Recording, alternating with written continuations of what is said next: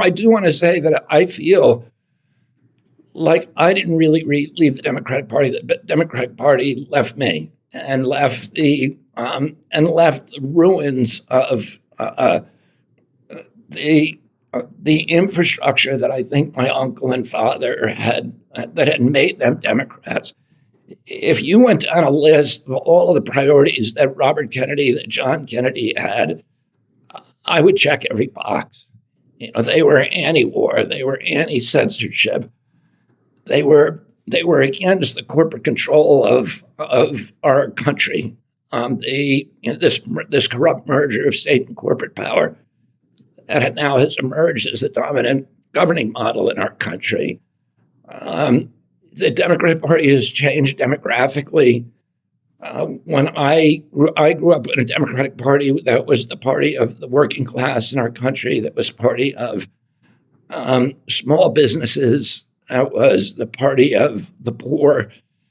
In the last election, President Biden got roughly half of the country voting for him, but that half controlled 70% of GDP.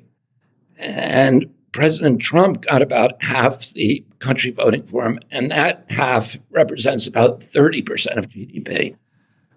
So we've had this inversion where the Democratic Party has become the party of wealth, of elites, and I would say very insular elites.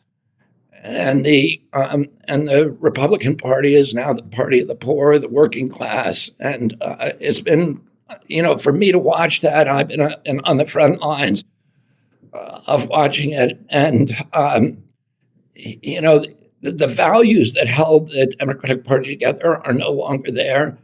It's held together by a sense of tribalism, and a great sense of what I would say orchestrated fear of Donald Trump. It's the only value that really dominates any discussion. If I talk about censorship to a Democrat, they'll say, yes, but Donald Trump is going to become a dictator. If you talk about children's health, they'll say, never mind that. Donald Trump is the only thing we can worry about. If you talk about the history of the Democratic Party's opposition to war, they'll say, forget all that. The only thing we can focus on is Donald Trump. And that's a very, very dismaying, and I would say dangerous form of orchestrated tribalism. And one of the other features of the Democratic Party is this need to control, this mistrust of the plebiscite, the mistrust of the demos. Demos is a Greek word for people, and the Democratic Party doesn't trust the people. That's why they have to get rid of elections. That's why they had to get me off the ballot. I did something everybody said, all the pundits said could never be done.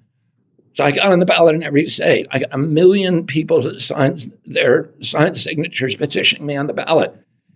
And the Democratic Party strategy, rather than to use the $3 billion it had to amplify a message and inspire people and talk about a vision and the virtues of its candidates, instead use that money to try to get me off the ballot, to get Cornell West, get Jill Stein, to use the courts, to use the enforcement agencies, including the Secret Service, the CIA, the FBI, to try to rig the election.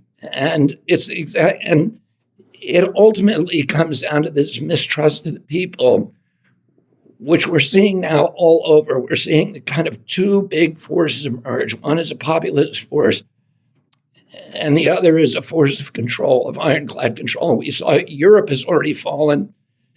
You saw the arrest of Pavel Durov last week, which was extraordinary.